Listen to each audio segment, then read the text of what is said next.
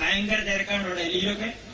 ഡൽഹിയിൽ gang rape നടത്തിയതിനു ശേഷം, gang rape കൂട്ടബലാത്സംഗം നടത്തിയതിനു ശേഷം ഓരോരുത്തരും ഇങ്ങനെ പറയുന്നുണ്ട്, നിങ്ങൾ പിടിക്കണവനെ, അടിക്കണവനെ, ഉടക്കണവനെ, പിടിക്കണ, അടിക്കണ, ഉടക്കണ. എന്താ പറയുന്നത്? വരി ഉടക്കാന് ഇനി വെച്ചാൽ ഈ പരിപാടി എടുത്തുപോയതാണ് ഇപ്പോ. ഇതൊക്കെ റസൂലുള്ളാഹി സ്വല്ലല്ലാഹി അലൈഹി വസല്ലമയുടെ സാഹചര്യം ഇല്ലാതാക്കണ്ടേ?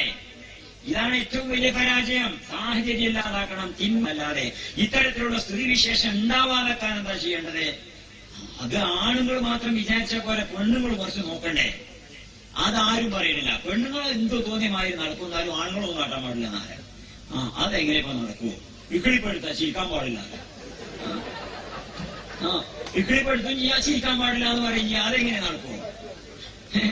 ചിരിക്കാതെ കണെങ്കിൽ എന്തുവാണ് ഇക്കിളിപ്പെടുത്താതെക്കണം?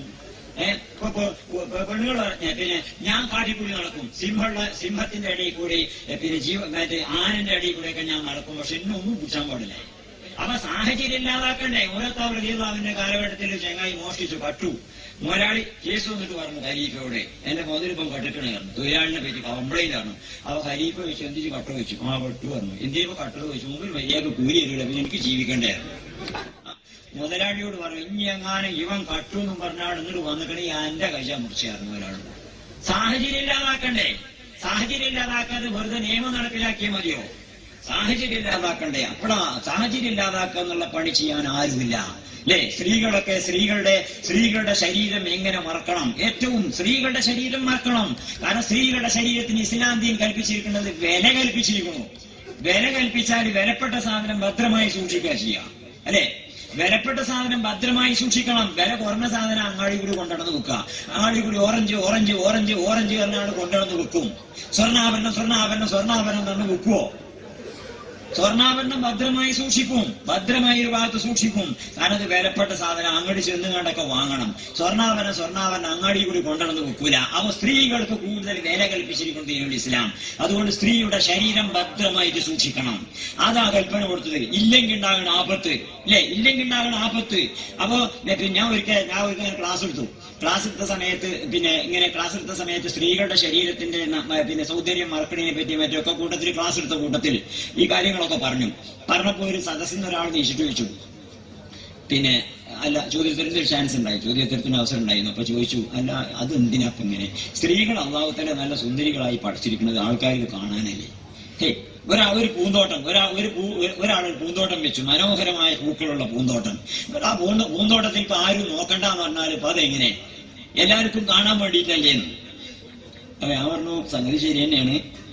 ഞാൻ ഒരു ഓറഞ്ച് വാങ്ങിക്കൊണ്ടാണ്. ഓറഞ്ച് വാങ്ങിക്കൊണ്ട് തൊട്ടടുത്ത് പിടിഞ്ഞ് ഓറഞ്ച് വാങ്ങിക്കൊണ്ട് എന്നിട്ട് ഇങ്ങനെ പിടിച്ചിട്ട് പറഞ്ഞു, എല്ലാവരും നാവ് തൂക്കിയിട്ടു. അപ്പൊ പ്രത്യേകിച്ച് പ്രശ്നമൊന്നുമില്ല. പിന്നെ ഓറഞ്ചൻ പൊളിച്ചിട്ട് അതിന്റെ അല്ലികളൊക്കെ വേർപെടുത്തിയിട്ട് ഇങ്ങനെ കാണിച്ചു കൊടുത്ത്, ഇനി നാവ് തൂക്കിയിടുന്ന. അപ്പൊ എല്ലാവരും നാവ് തൂക്കിയിട്ട്, അപ്പൊ നാവ് വന്ന് ഇങ്ങനെ കീഴി. അപ്പൊ ഞാൻ പറഞ്ഞു, ഇതാണ് ഇതിന് കാരണം, ഇതാ കാരണം. നേരത്തെ ഓറഞ്ച് തൊലിക്കുള്ളിലായിരുന്നു. അപ്പൊ നിങ്ങളുടെ നാവുമല് പിന്നെ നിങ്ങളുടെ ഉള്ളിലെ ആർത്തിയുടെ കിനിവ് നാവുമലുണ്ടായില്ല. ഇപ്പൊ ഇത് തുറന്നിട്ട് കാണിച്ചപ്പോഴോ ഉള്ളിലുള്ള ആർത്തി നാവുമൊക്കെ കിനിഞ്ഞു വരുന്നില്ലേ? ഈ കിനിയലില്ലാതാക്കാൻ വേണ്ടിയിട്ടാണ് വസ്ത്രം മര്യാദക്ക് ധരിക്കണം എന്ന് പറയുന്നത്. ഇപ്പൊ എനിക്ക് മനസ്സിലായില്ലെന്ന് വെച്ചു. ഇനി അതല്ല സൗന്ദര്യമാണ് നിങ്ങൾ പറയാന്ന് വെച്ചാല്, സൗന്ദര്യമാണ് എല്ലാവർക്കും കാണാൻ വേണ്ടിയിട്ടാണെന്ന് പറയുകയാണെങ്കിൽ പിന്നെ എന്നാ മുഴുവൻ അയച്ചിടണം. എന്നാ എന്താ കുറച്ച് ഭാഗമൊക്കെ മറക്കണത്? മുഴുവൻ അയച്ചിടണ്ടേ?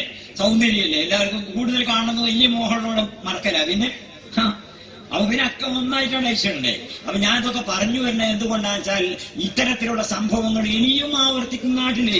അപ്പോഴും എല്ലാവരും പാടെ കൂടിയാണ്ട് ഒച്ചപ്പിള്ളി ഉണ്ടാക്കും, പ്രകടനം ഉണ്ടാക്കും, എന്നിട്ട് ജാഥ നടത്തിയാണ്ട് ഓരോരുത്തർ ഒച്ചപ്പിള്ളിയൊക്കെ ഉണ്ടാക്കും, കുറച്ച് കെട്ടിടം അടങ്ങും ചെയ്യും. പിന്നെ ഇതേപോലത്തെ സംഭവം ഉണ്ടാവും.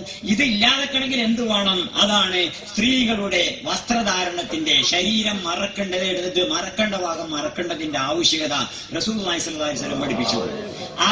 അത് ഇല്ലാത്തിടത്തോളം കാലം എന്ത് നിയമം കൊണ്ടൊന്നും കാര്യം ഉണ്ടാവില്ല. മനുഷ്യനാണോ, മനുഷ്യന് അവന്റെ വികാരത്തെ കാരണം മനുഷ്യന്റെ മൃഗീയത ഉണ്ട്. ആ മൃഗീയതയെ വിളിച്ചുണർത്താൻ വേണ്ടിയിട്ടുള്ള ശ്രമങ്ങൾ ഉണ്ടാവുമ്പോ, ഇപ്പൊ ഇവിടെ എന്താ വെച്ചാൽ ഇവിടുത്തെ നിയമങ്ങളൊന്നുമില്ല. നിയമങ്ങളൊക്കെ അവസാനം പിടിക്കുന്ന സമയത്തെ നിയമം വരുള്ളൂ. അല്ലേ? ആളുകൾക്ക് വൈകാരികോത്തേജനം ഉണ്ടാകാനുള്ള എല്ലാ സൗകര്യവും ഇവിടെ ഉണ്ട്. അതിന് വേണ്ട സിനിമ ഉണ്ട്, അതിന് വേണ്ട TV പരിപാടികളുണ്ട്, അതിന് വേണ്ട പോസ്റ്ററുകളുണ്ട്. അപ്പൊ മനുഷ്യനെങ്ങനെ ചെറുപ്പക്കാർക്ക് ഇങ്ങനെ ആഗ്രഹം ഉണ്ടാവാനുള്ള എല്ലാ പരിപാടികളും അതിനൊന്നും നിയമം എതിരല്ല. അവസാനം ആഗ്രഹം ജനിച്ചിട്ട് ഒറ്റം പോയി കണ്ട് പിടിച്ചാൽ പിന്നെ അവിടെ നിയമം വരും. ഇത് വിരോധാഭാസല്ലേ? അത് ഇസ്ലാമിന്റെ ദർശനം അങ്ങനെയല്ല. റസൂലുള്ളാഹി സ്വല്ലല്ലാഹി അലൈഹി വസല്ലം പഠിപ്പിച്ചത് അങ്ങനെയല്ല. റസൂലുള്ളാഹി പഠിപ്പിച്ചത് മനുഷ്യനെ സംബന്ധിച്ച് നമ്മൾ മനസ്സിലാക്കണം. മനുഷ്യൻ എന്ന് പറഞ്ഞാൽ മനുഷ്യന് വികാരമുണ്ട്. അത് മനുഷ്യനാണെങ്കിൽ ഉണ്ടാവും. അപ്പൊ ആ വികാരത്തെ പ്രചോദിപ്പിക്കാൻ വേണ്ടിയിട്ടുള്ള പ്രചോദനങ്ങൾ ഇല്ലാതാക്കണം ആദ്യം.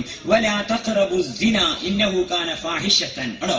വലാ തഖറബു സിന എന്ന പരിശുദ്ധ ഖുർആൻ പറഞ്ഞത് വ്യഭിചാരത്തോടുള്ള സാമീപ്യം ഉണ്ടാവരുതെന്ന്, അടുക്കരുത് എന്ന് പറഞ്ഞാൽ അതിന്റെ പൊരുള് വ്യാഖ്യാതാക്കളൊക്കെ പറഞ്ഞിരുന്നത് എന്താന്ന് വെച്ചാൽ, ആ അടുക്കരുത് എന്ന് പറഞ്ഞത് വ്യഭിചരിക്കരുത് എന്നല്ല പറഞ്ഞത്, വ്യഭിചാരത്തോട് അടുക്കരുത് എന്നാ പറഞ്ഞത്. അടുക്കരുത് എന്ന് പറയാൻ കാരണം വ്യഭിചാരത്തോട് അടുപ്പിക്കുന്ന എല്ലാ മാർഗങ്ങളും അടക്കാൻ വേണ്ടിയിട്ടാണെന്നാണ്.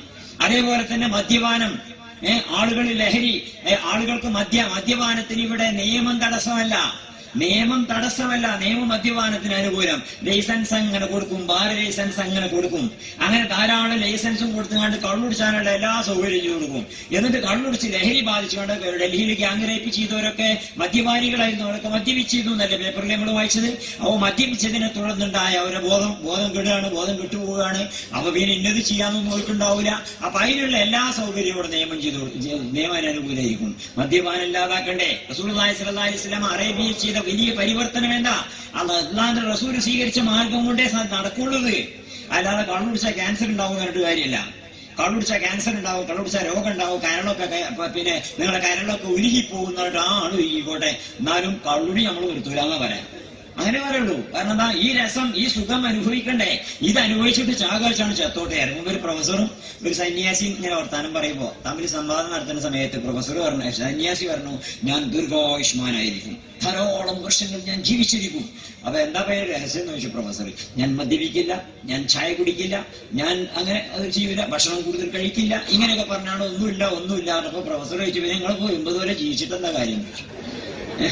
തിന്നുമില്ല, കുടിച്ചുമില്ല, വരിച്ചുമില്ല, ഒന്നുമില്ല, പിന്നെ ഇതിനെ ജീവിച്ചിട്ട് കാര്യം? ഈ ജീവിക്കുമ്പോ സുഖിക്കണ്ടേ? ഇല്ലെങ്കിൽ ഇതിനെ ജീവിക്കണമെന്ന് ചോദിച്ചു. അതെന്താ അങ്ങനെയാണ് ചോദിക്കും.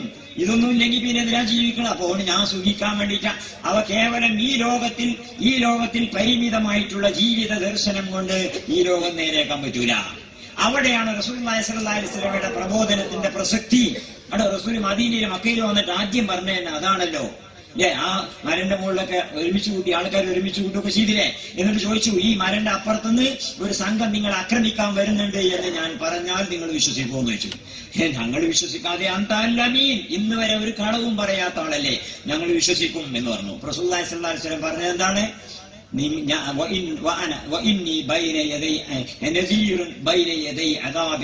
വേദനാജനകമായ ഒരു ശിക്ഷ നിങ്ങൾക്ക് വരാനിരിക്കുന്നു എന്നതിനെ കുറിച്ച് ഞാൻ മുന്നറിയിപ്പ് നൽകാൻ വന്നിരിക്കുകയാണ്. അപ്പൊ ഈ ലോകത്തിന് ശേഷം പരലോകമുണ്ട്. മനുഷ്യന്റെ ജീവിതം ഇവിടം കൊണ്ട് അവസാനിക്കുന്നില്ല. മനുഷ്യൻ നശ്വരനല്ല, അനശ്വരനാണ്.